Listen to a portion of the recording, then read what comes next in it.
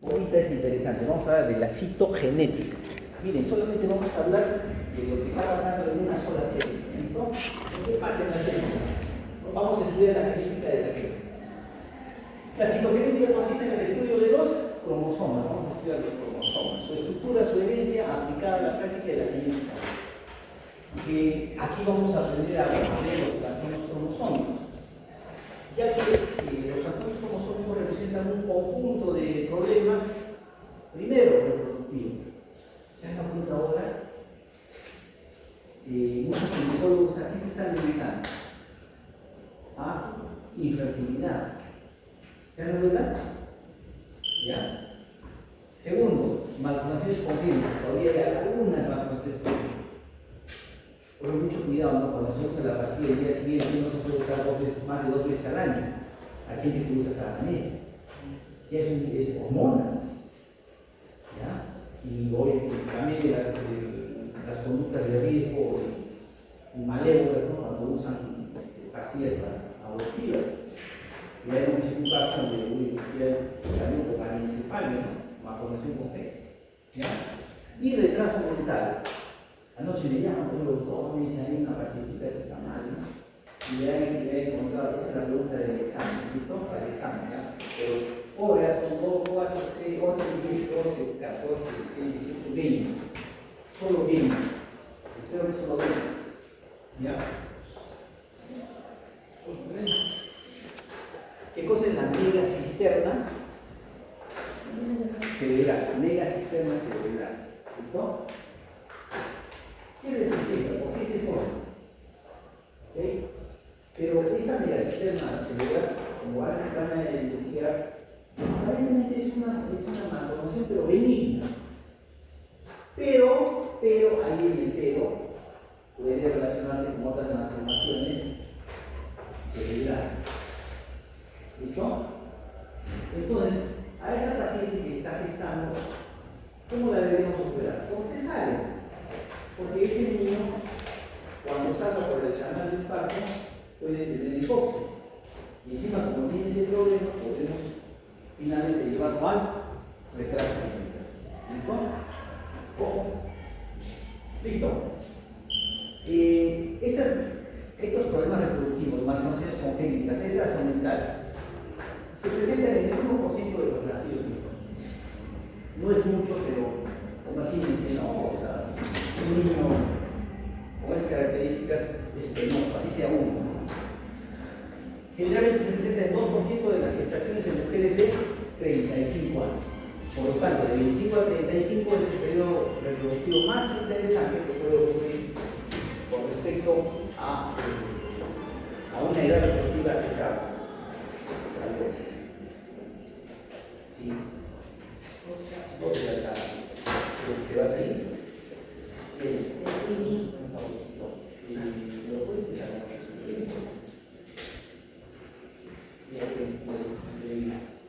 Llámala. Estoy en clase. Llámala, estoy en clase. Por favor. Listo, entonces miren, en la edad reproductiva aceptable de 25 a 35. Ya apareció en 35 y ya puede aparecer. Y miren, 50% de abortos espontáneos de la primera trimestre. Da mucha pena, ves parejas jóvenes, 30 años, 32 años, se embaraza la esposa o mujer, ¿no? Pero ¿qué debemos hacer? Debemos decir esto, señora, tranquilícese. Si el aborto ha sido espontáneo, lo más probable es que se trate de un trastorno cromosómico. Y usted lo que desea es un bebé normal, ¿no?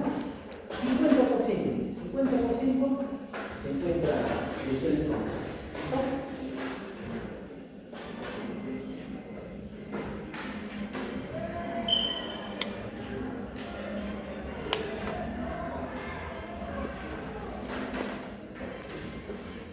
La citogenética, por lo tanto, es una rama de la genética que consiste en el estudio de los cromosomas. Eso lo vamos a movilizar con respecto a la citogenética. ¿Cuáles son las indicaciones clínicas que debemos tomar en consideración cuando queremos hacer citogenética o queremos aplicar nosotros? ¿Listo? cuando hay problemas de crecimiento y desarrollo tempranos, bebés pequeños, retardo de crecimiento intrauterino, nacidos muertos y muerte neonatal. ¿Escucharon lo que ha pasado la noticia en el hospital de Calama? ¿Sí? ¿Escucharon? Un bebé de 3 días de nacido se ha muerto. Han denunciado a la policía, ahí va la investigación. Pero acá dice claramente, nacidos muertos y muerte neonatal. Ese niño deberíamos hacerle un cardio y algo pasado. Algo pasado, ¿ya? Problemas de fertilidad, claro que sí. Antecedentes familiares, tumores y embarazo de mujeres de edad avanzada. ¿Cómo se identifican los cromosomas? Inicialmente se utiliza la atención con GIEMSA. Los cromosomas se tienen intensamente en formas homogéneas y se puede contar y agrupar por su aspecto general. Esto es desde la época del 80 al 90. Nosotros, cuando yo en el año 90 de la medicina, ubicábamos solamente el cromosoma por su forma, su tamaño y los emparejados. ¿Listo? Pero ahora la identificación de cada cromosoma vino posiblemente con las técnicas de bandeo. Ya no era solamente la estructura morfológica del cromosoma, sino ya empezaban a identificar a los cromosomas por el número de bandas. Entonces empezaron a aparecer las bandas claras y las bandas oscuras de los cromosomas. ¿Listo? Estas técnicas que generan bandas transversales permiten identificar cada cromosoma y estructura. Cada cromosoma tiene el patrón de bandas características y existen varias técnicas de expresión específicas con este ejemplo. ¿Qué muestra tomamos para estudiar los cromosomas? Miren, cultivos centrales de sangre periférica, biopsia de piel, leucocitos, biopsia de la médula ósea, o células fetales, por ejemplo, de cordón umbilical, por ejemplo. Esta imagen corresponde a un aspirado de la médula ósea. Es una médula ósea donde estamos viendo estas células grandes, son las células madre o llamadas stem cell. Ahí en ella se puede observar. Lo que nos interesa es el conteo de los cromosomas. ¿Listo? Fíjense ustedes, yo acá, esto es lo que hacíamos, miren, tratamos de emparejar cada cromosoma por su tamaño y por su estructura. Pero ya en ese momento, miren, se observaba que algunas tenían algunas bandas claras y otras bandas oscuras, ¿no?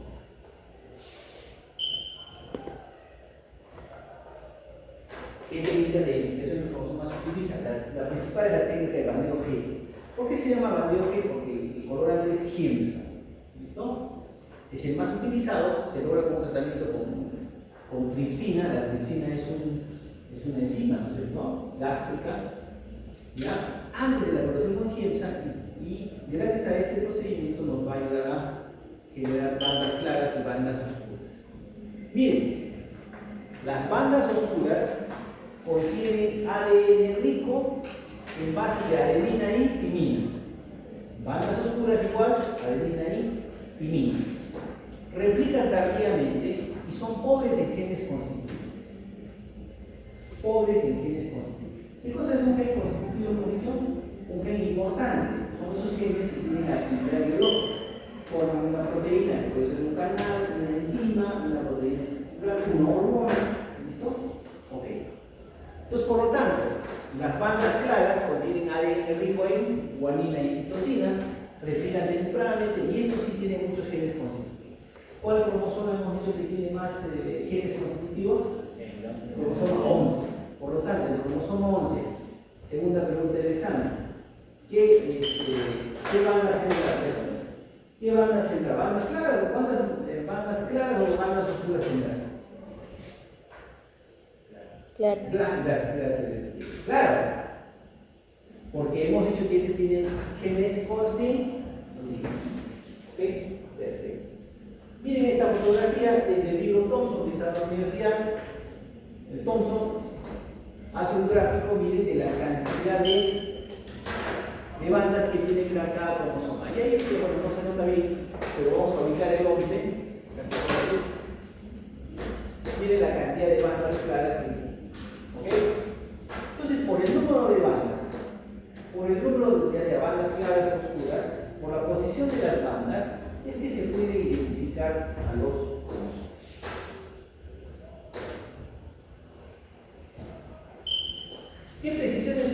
se dispone.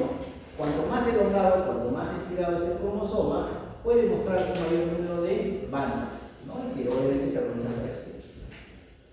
Pero esto también nos permite buscar alteraciones estructurales mínimas, o queremos nosotros identificar algunas alteraciones mínimas. Entonces hay otra técnica que empezó a salir que se llama la técnica de bandeo de alta resolución. Y esa se realiza utilizando un cultivo con preparaciones hechas en profase y prometafase, antes que los cromosomas alcancen su colonización. Los cromosomas en la mitad de la metafase muestran un nivel de resolución de 400, mientras que cuando hacemos alta resolución, esto puede superar los niveles de 550 hasta 850 bandas. Así progresivamente se fueron identificando todos los problemas estructurales de los cromosomas.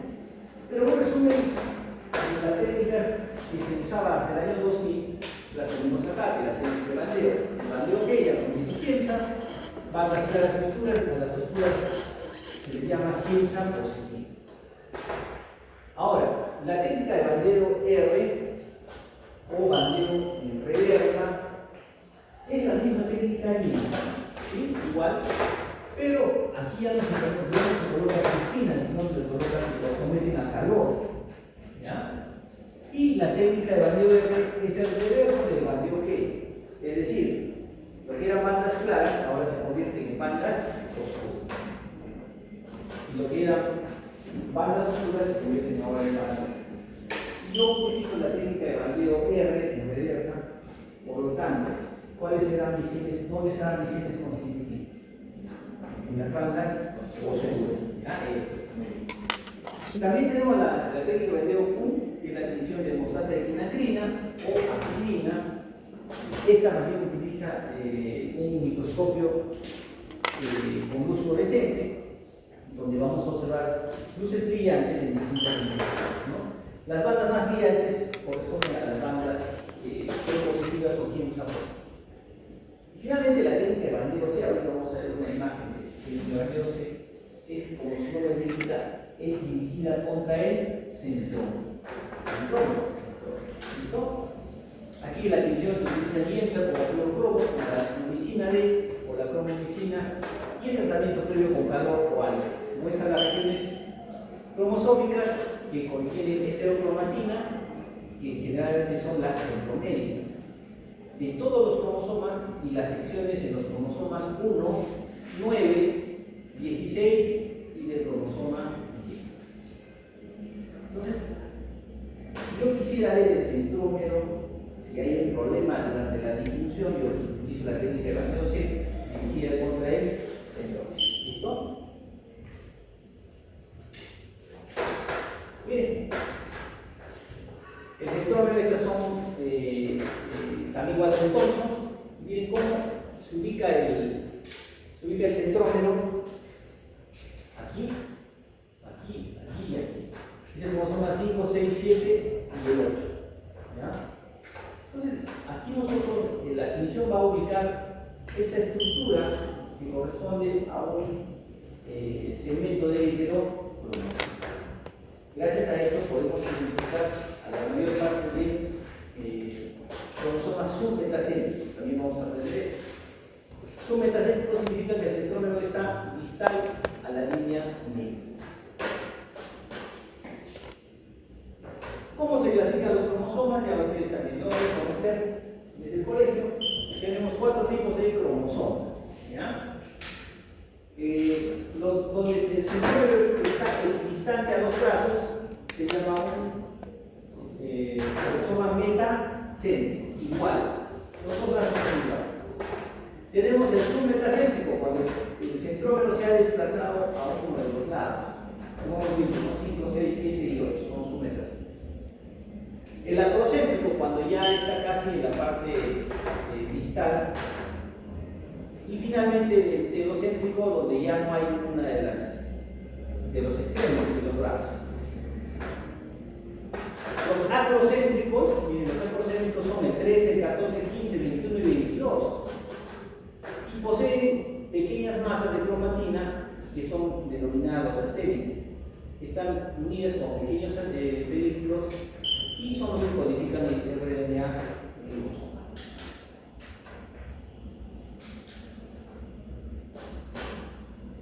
En la actualidad ya contamos con dos técnicas especiales, la técnica FISH y la técnica CGH.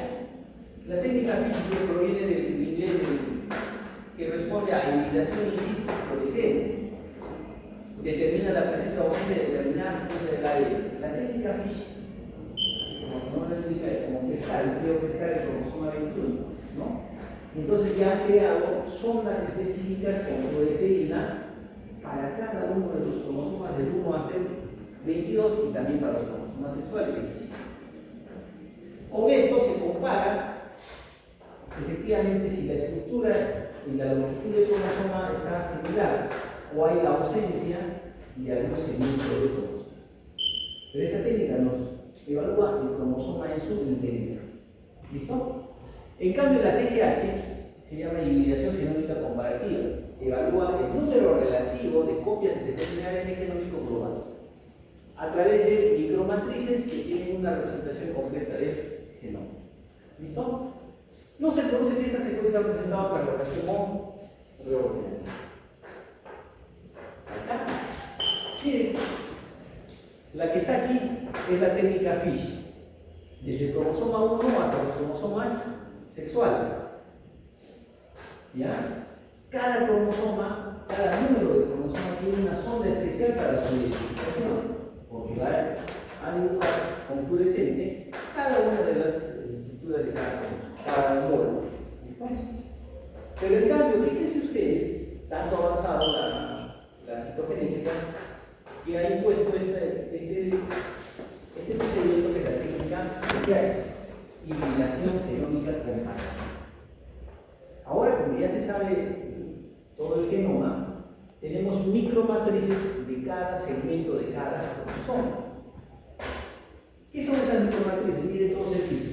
¿Qué están viendo en el piso? Dos colores, ¿verdad? ¿Sí? Ya, eso es una micromatriz. Entonces lo mismo surge con cada secuencia, citosina, guanina, adenina y timina. Entonces, aquí por ejemplo, miren esta, la primera secuencia, la primera línea, verde, verde, verde, verde, verde, ausente, 3, verde, verde, ausente, rojo, rojo, verde, verde. ¿Listo? Hay una secuencia de la micromatriz. Esto ya está en la biblioteca del genoma humano. Se toma la muestra del paciente que queremos probar dónde está la mutación. Y entonces comparamos aquí al costado su micromatriz y vemos verde, verde, verde. ¿Y qué pasa si acá se sustituye un verde por un rojo? Entonces ya existe una mutación. Y es más, dependiendo la localización, la ubicación, se puede determinar a qué nivel, en qué número de nucleótido se encuentra la mutación. Eso es lo favorable de la hibridación genómica. ¿Listo? Muy bien. Veamos ahora qué anomalías vamos a encontrar en los cromosomas. Recuerden que hemos hablado del número diploide, todas las células somáticas tienen un número diploide de 6. Di viene de 2. ¿Ya? Ese número diploide, hay dos complementos de cada cromosoma, y si nosotros solamente investigamos uno, nos quedaríamos con el número haploide. ¿Y qué cosa es el número haploide? El número de tipos de cromosomas diferentes que hay en una célula. Se dice que las células son eutoroideas cuando el número de cromosomas es múltiplo de n. Todas las células son células euploideas. N es 23, diploide 46. ¿Listo? Por lo tanto, en humanos el número haploide es 23 y en las células somáticas tenemos 46 cromosomas. En una célula normal es un cariotipo porque vamos a encontrar dos pares de cada homólogo de cromosoma sexual y su cariotipo representa 46, dependiendo si es un X y si es un Y, 46 X. Esto representa a un sujeto varón con un complemento cromosómico normal. 2 a la N o llamado diploide.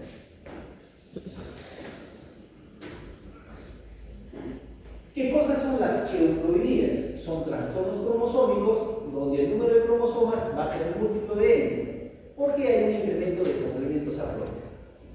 3 a la n se llama triploidía, va a tener 69 cromosomas. ¿Cómo es posible? Pues sí es posible. Puede ser 4 a la n, tetraploidía, 92 cromosomas. Puede haber más, claro que sí. Por eso se llama poliploidía. Están implicados acá todos los tipos cromosómicos del cariotip. ¿Cómo sería su cariotip? Miren ustedes. Raros, pero miren, hay.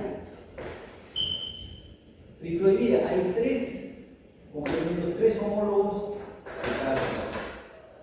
La sumatoria de todo esto nos da 69. Tiene 2 cromosomas X y un cromosoma Y. 69 XX y esta es una euploidía que se conoce como el nombre de triploidía. Gracias a Dios, esto no es compatible con la vida.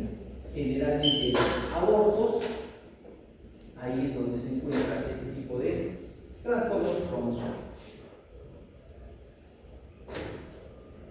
Como les decía, muy poco frecuentes, ya que no son compatibles con la vida. En humanos aparecen abortos, en células somáticas patológicas aisladas, como las células de cáncer. ¿Ya? En ellos. ¿Cómo es que se podría producir? ¿Cuál sería la etiología, el origen de estas triploidías o estas tetraploidías? Existen 2 mecanismos. En el caso de las triploidías, el primer mecanismo se llama dispermia o también diandría. En la dispermia o diandría, un óvulo va a ser fecundado por 2 espermatozoides. Y el segundo mecanismo es la diginia. Un óvulo más un corpúsculo polar va a ser fecundado por un espermatozoide. La sumatoria total nos da 69 cromosomas. ¿Listo? En el caso de las tetraploidías, lo que se observa es una endomitosis del cigoto. Es decir, en el mismo cigoto se empiezan a reproducir sin una razón, causa aparente. El resultado total de las tetraploidías es 92 cromosomas. Miren acá, la dispermia o diandría. Miren, este es un óvulo, tiene 23 cromosomas, un espermatozoide y un segundo espermatozoide. La sumatoria total, 69 cromosomas. Lo más frecuente es la diginia. En la diginia, fíjense ustedes, este óvulo prácticamente, cuando vimos división celular, lo introduce dentro del citoplasma a un corpúsculo polar y ya se convierte en 2 a la n. Acá está dentro está el corpúsculo polar. Entonces, este es fecundado por un espermatozoide. El espermatozoide le da 23 y tenemos 69. Gracias a Dios, como les decía, no tenemos sujetos que no sobreviven, son generalmente muertos. El problema surge cuando son las aneuploidías. Aneuploidía significa que no va a ser el número haploide. Es el 5% de todas las cuestiones reconocidas. El número de cromosomas ya no es múltiplo de N, debido a que se pierde o hay una ganancia de algún cromosoma. Ahí está. Entonces, las aneuploidías pueden ser por pérdida, y si pierde uno de los cromosomas ya no va a ser 46, entonces va a ser menos de 46. Cuando ya se pierde un cromosoma, eso ya recibe el nombre de monosomía. La más frecuente es la monosomía del cromosoma 9. ¿Ya? Muy bien. Y puede suceder, en la mayor parte de casos, que se puede ganar un cromosoma de un determinado par de haploide. En ese caso ya se llama trisomía. Eso se llama hiperploidía, y ya el conteo total de cromosomas llega a ser mayor de 46, puede ser 46. En las monosomías quiere decir que solamente hay un solo par, en cambio en las trisomías podemos encontrar 3 ejemplares de un par. ¿Ya? El más frecuente es la trisomía 21, que corresponde a los pacientes con síndrome de Down.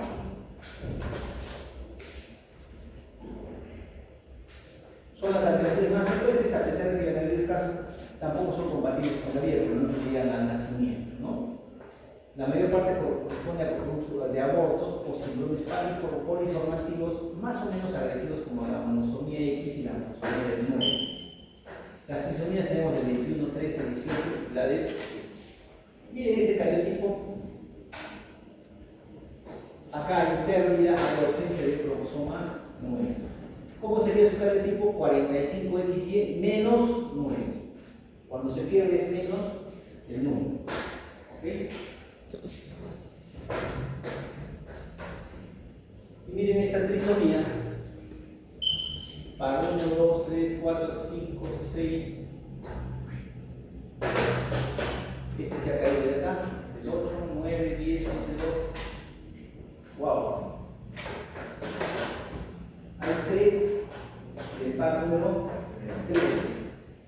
Entonces el conteo sería 47XX más 3.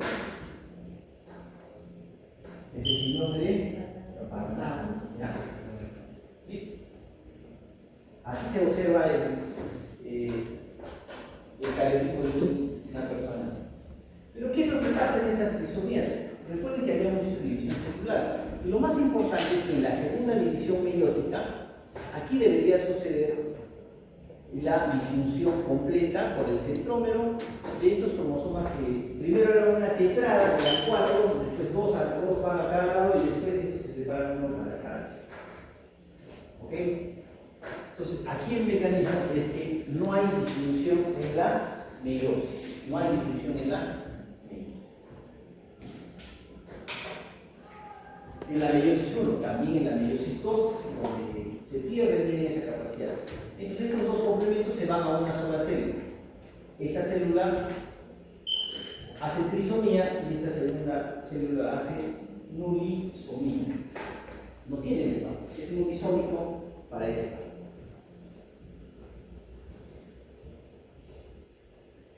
Y si el óvulo, en este caso, el óvulo de la mujer tiene acá 2 pares del cromosoma 21, cuando ese óvulo se cumple con el espermatozoide del varón que tiene un solo 21, ¿cuántos cromosomas 21 vamos a tener?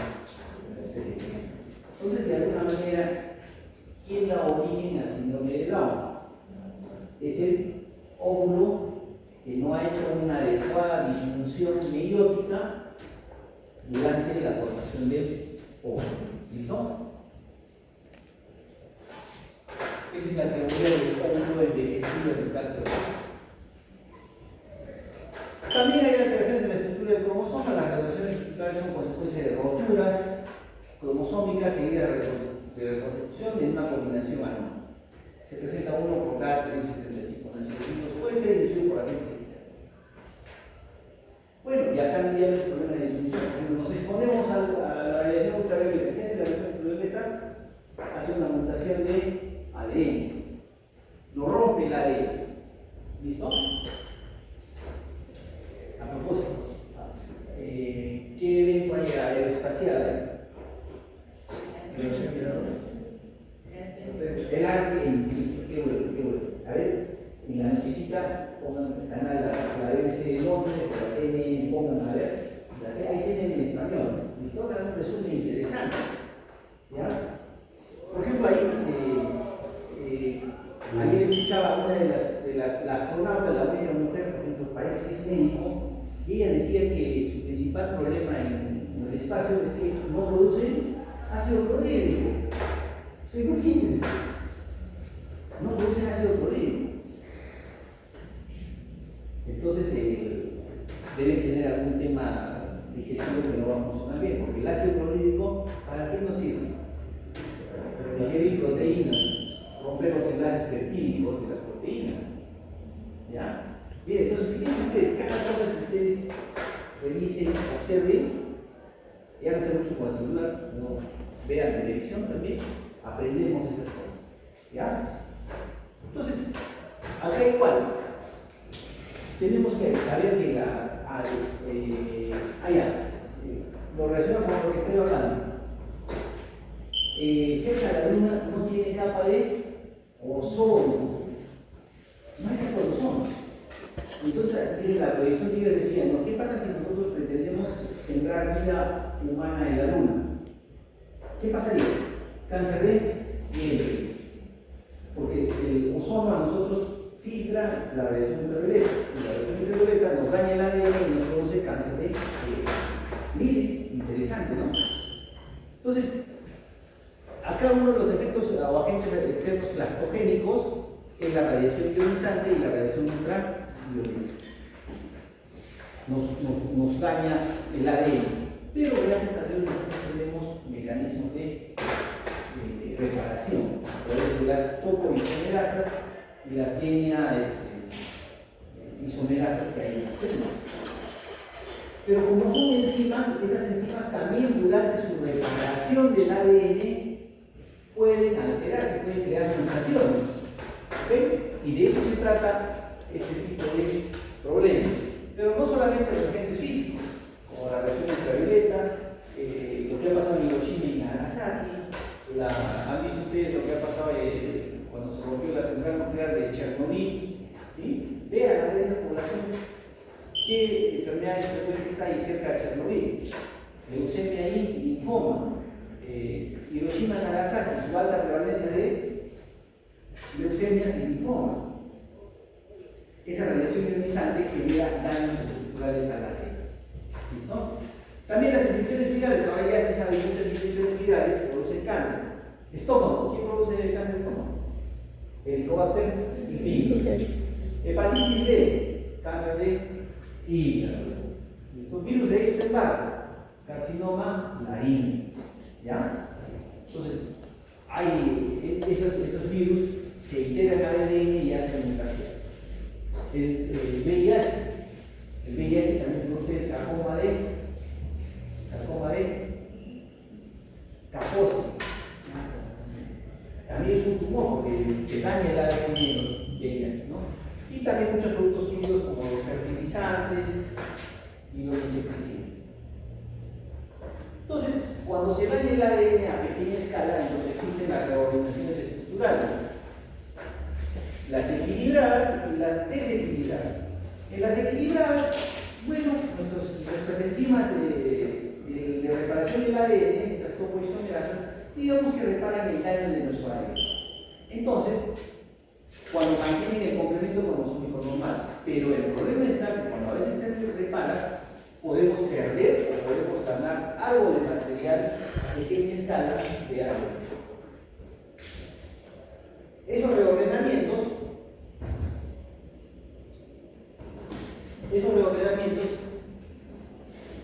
sobre todo los desequilibrados, vamos a conocer. Las deleciones. ¿Qué cosa es una delesión en genética? Es una pérdida de un segmento de cromosoma. ¿Ya? Es monosómico para la información genética, porque si ese contiene un gen estructural, va a tener una deficiencia, ¿no? Se habla de haploinsuficiencia. Haplo es 1 y insuficiencia de un solo cromosoma. La incidencia 1 es 7.000 nacidos vivos y pueden ser terminales o interminales. Miren cómo se presenta la delesión. También este es del Thompson, por eso decía el libro base. ¿Ya? Miren, acá tenemos un cromosoma que se pierde en este extremo. Cuando la pérdida es del extremo distal, es una delesión terminal. Cuando está en el medio del cromosoma, es una delesión intersticial. Entonces, la primera lesión sería la delesión. El segundo tipo de lesión del cromosoma son las duplicaciones. ¿Ya? Debido al entrecruzamiento desigual, una segregación anormal en la meiosis, una duplicación de un gameto produce un desequilibrio cromosómico que puede causar una trisomía parcial. La trisomía de la duplicación de todo o parte del cromosoma 12 da lugar al síndrome de Pandister-Killian, que produce alteraciones perinaciales, retraso mental y malfunciones congénitas por trisomía o tetrasomía. No se ve muy bien, pero aquí tenemos dos cromosomas, hay un entrecruzamiento desigual, acá tenemos los genes AB y B y C, ¿no? El AB se invierte o se duplica espectacularmente, acá este tiene doble A o doble B, entonces eso considera una duplicación. ¿Qué sucede sucede cuando se repara el ADN dañado? Puede ser también que esa topoisomerasa, en vez de generar la reparación del ADN, hace que el cromosoma se cierre y nos va a formar un cromosoma en anillo. ¿Ya? Un cromosoma. Y el otro, que se llama los cromosomas marcadores, que son los isocromosomas. ¿Qué cosa es un isocromosoma? Es un cromosoma en el que lamentablemente ha perdido todo un brazo. Y al perder todo un brazo, el otro se empieza a duplicar espectacularmente. ¿Ya? Es una monosomía parcial, generalmente se produce por un error en la división del centrómero. Por eso hay que entender cuán importante es esta estructura que es el centrómero. Ese centrómero es ADN. ¿Es normal o es repetitivo? Es repetitivo. ¿A qué familia pertenece? A la familia de ADN satélite alfa. Ese es su nombre del centrómero, ¿ya? Entonces, esos errores ahí en esa familia, esas mutaciones pueden conducir a isocromosoma. Hay una alteración en el intercambio cerca del centrómero. El isocromosoma más común del brazo largo del cromosoma X, en algunas es la que se presenta en mujeres con el síndrome de Turner. Isocromosoma obligatorio. Sospechamos en una paciente con síndrome de Turner, hay que hacerle la evaluación para el isocromosoma X. ¿Qué es lo que hablamos? ¿No? Miren acá, lamentablemente pierde el brazo corto y el otro se duplica y tenemos un cromosoma mucho más grande que el cromosoma original. ¿Listo? Mucho más grande que el cromosoma original. En cambio, con los ordenamientos equilibrados aquí casi no pasa nada, ¿no? Tienen pocos efectos en el fenotipo, solo están desequilibrados a nivel molecular, suponen algo de riesgo para la siguiente generación y las rupturas cromosómicas pueden afectar un gen y producir una mutación. Aquí en los reordenamientos equilibrados vamos a tener solamente las inversiones y las translocaciones. Miren ustedes acá, este cromosoma no es una inversión paracéntrica. Miren, se supone que los genes son A, B, C y Y. Hay una inversión, el C se sube en la posición del B y el B baja a la posición del C. ¿Listo? El cromosoma sigue siendo igual, sigue siendo igual. ¿Causa alguna alteración del fenotipo, alguna malformación? No. Solamente molecularmente tienen una alteración en la secuencia de su ADN. ¿Dónde está el problema? ¿Dónde está el problema? Durante el crossing. ¿Ya? Durante el crossing. Mal crossing. Pero en algunos casos sí podemos tener algunas alteraciones graves, porque, por ejemplo, se puede dar estas inversiones donde en algunos casos compromete el centrómero. Miren este cromosoma, ya no tiene centrómero. En cambio, el cromosoma intermedio tiene dos centrómeros. Va a generar un error innato durante la división meiosis. ¿Ya?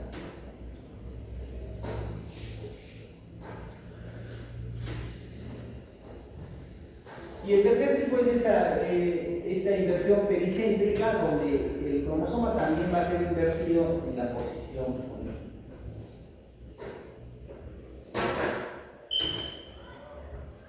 En algunos casos vamos a tener cromosomas que se supone que es el original. Miren que los cromosomas empiezan a duplicarse espectacularmente y a prescindir en algunos casos de un segmento del cromosoma. Miren la variedad que podemos tener de posibles alteraciones por inversión. Y finalmente, la translocación. ¿Qué cosa es una translocación? Es la presencia de un segmento de un cromosoma en un cromosoma que no le corresponde. ¿Ya? En un cromosoma que no le corresponde. Lo más frecuente a veces entre el cromosoma 9 y el 22 se puede crear el cromosoma filadelfo, un cromosoma nuevo, un cromosoma diferente. ¿Okay? Pero tras colocar significa intercambiar segmentos de cromosomas en cromosomas que no son el mismo par. ¿Ya? Lo que hemos visto hasta el momento se da en el mismo cromosoma. En este caso, estos intercambios se van a dar en cromosomas que no tienen relación. Eso se llaman las famosas translocaciones.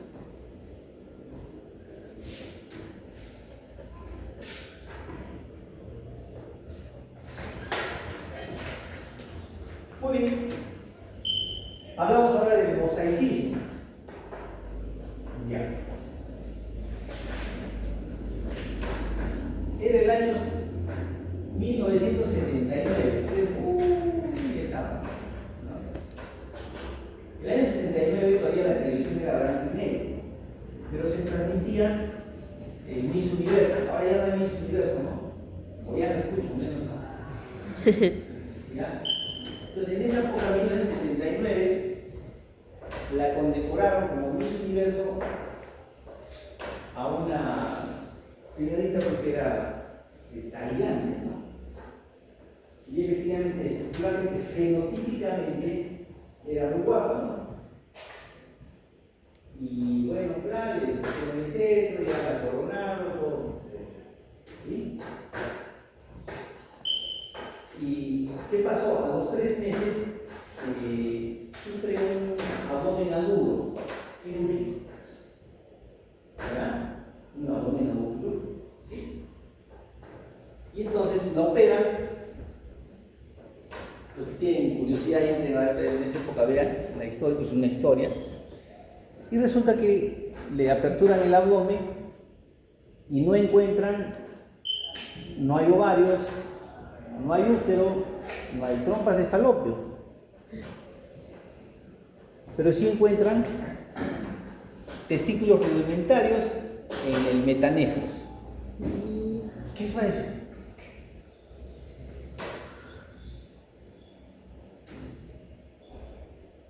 No te Pero sé. tampoco tenemos, órganos genitales masculinos tampoco lo tenían. Eso vamos a ver cuando hablamos cromosomas sexuales. La próxima clase vamos a hacer. Nos vamos a, Luciano, nos vamos a realizar una semanita ya. Nos vamos a realizar una semana. El día del examen ya buscamos otro día para dar el examen. Creo que tienen ustedes. Sí. Por si no, creo que tienen ese examen. Entonces, la fecha que está en el sílabo va a ser la siguiente. 28. Así es. Ese día tomamos el examen. ¿Listo?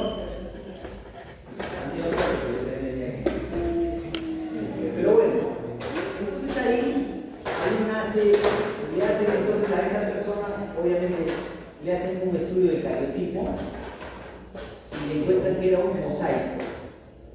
¿Ya? Era un mosaico. ¿Qué cosa es un mosaico? Es la presencia de 2 complementos cromosómicos, es decir, 2 cariotipos en una misma persona. ¿Listo? Es un mosaico. Vamos a ver cómo se produce. Cuando una persona tiene una anomalía cromosómica, está presente en toda la célula. En el mosaicismo se hallan en un mismo individuo 2 o más complementos cromosómicos diferentes, o sea, hombre y mujer a la vez. ¿Listo? Se originan por la aparición de alguna alteración cromosómica en la mitosis y en la segmentación del cigoto. Dependiendo del momento de la producción de la línea alterada, esta será más o menos abundante en el individuo. En esta persona, lo que más abundaba era la cromosoma XY. Por eso que su fenotipo era más de mujer, pero no tenía órganos internos. ¿Ya? El significado genómico es que hay 2 líneas celulares, una normal y otra anormal. Por ejemplo, la fórmula cromosómica 46XX 75% y 47XX más 21 en el 25%. Miren, en los mosaicos siempre el problema es la no disyunción. Una trisomía o la disomía, ¿no? O la monosomía. Miren ustedes acá, en esta misma persona podemos encontrar cariotipos normales, pero vamos a encontrar un cariotipo trisómico y una plurisómica. ¿Ok? Entonces, esto lo explicó. ¿Y qué pasó? Simplemente le quitaron la corona, ¿no? Porque no se definía finalmente si era hombre o mujer. ¿Ya?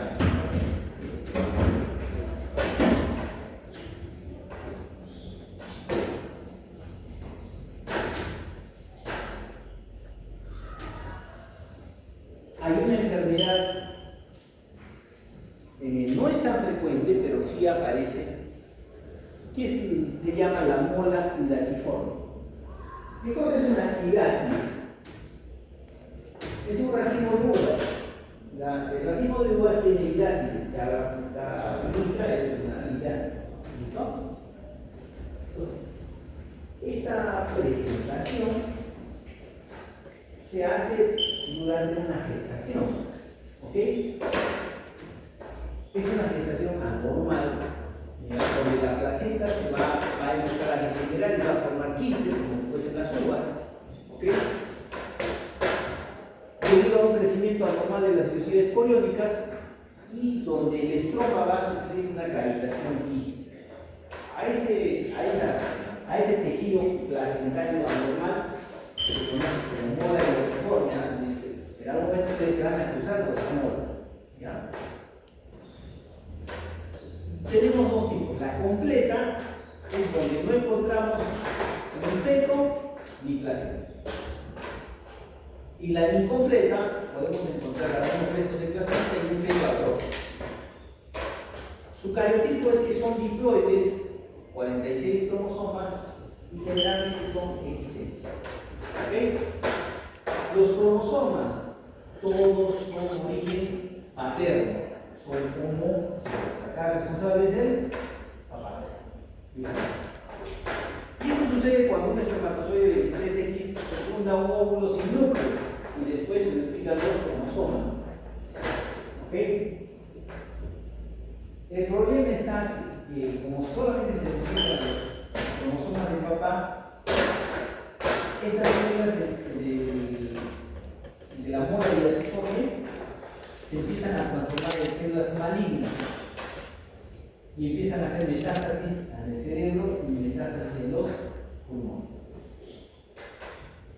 Eso ya no se llama mola hidatiforme, ya se considera un coriocarcinoma. Coriocarcinoma. Pregunta de examen. Este tejido placentario estromal, en la primera etapa de cualquier gestación, lo que produce es síntesis de una hormona, que es la beta-HCG, la desonautrofina coloniformana de ahí. Y como estas células son agresivas, entonces, si yo veo una paciente que ha tenido supuestamente un aborto, ¿listo?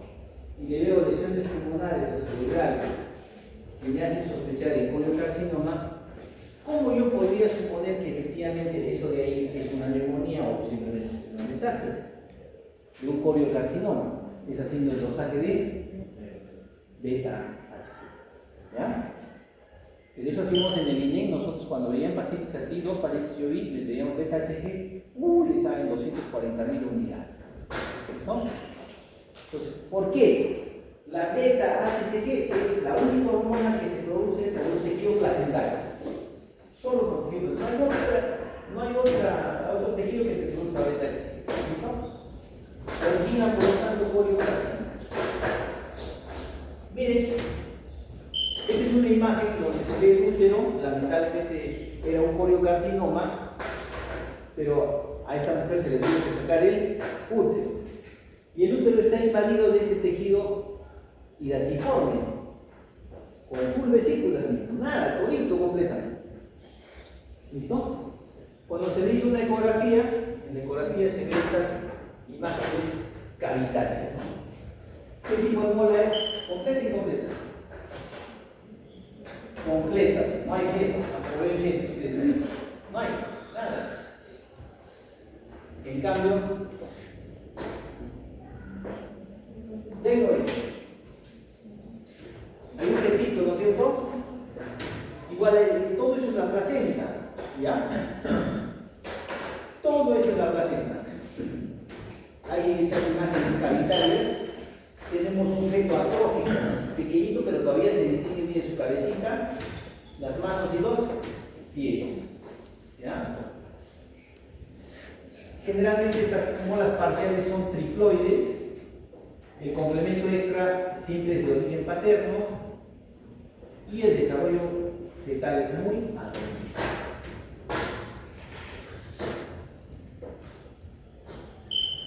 Finalmente, el análisis fotogenético del cáncer, que lo vamos a ver en la tercera unidad, donde nosotros vamos a ver la oncogénesis, ¿no? ¿Ya? Cómo es que, por ejemplo, el cromosoma Filadelfia, cómo es que las alteraciones de los genes supresores del tumor y los oncogenes van a generar. ¿Listo? Entonces, ¿qué? ¿Preguntas?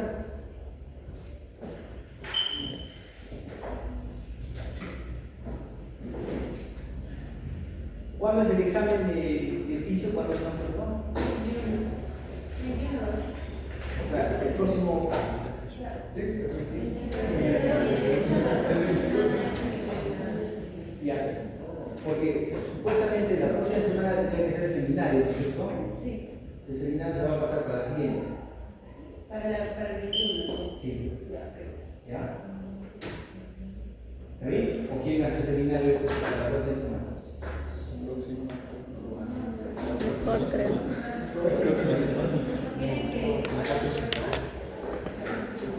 Ahora mejor creo. Ya su tiempo, ¿ya? Para que no se nos junte bien. Porque a mí me falta una clase teórica, me falta sobre eso. Y falta el seminario. Después recién viene El examen. parcial. ¿Listo?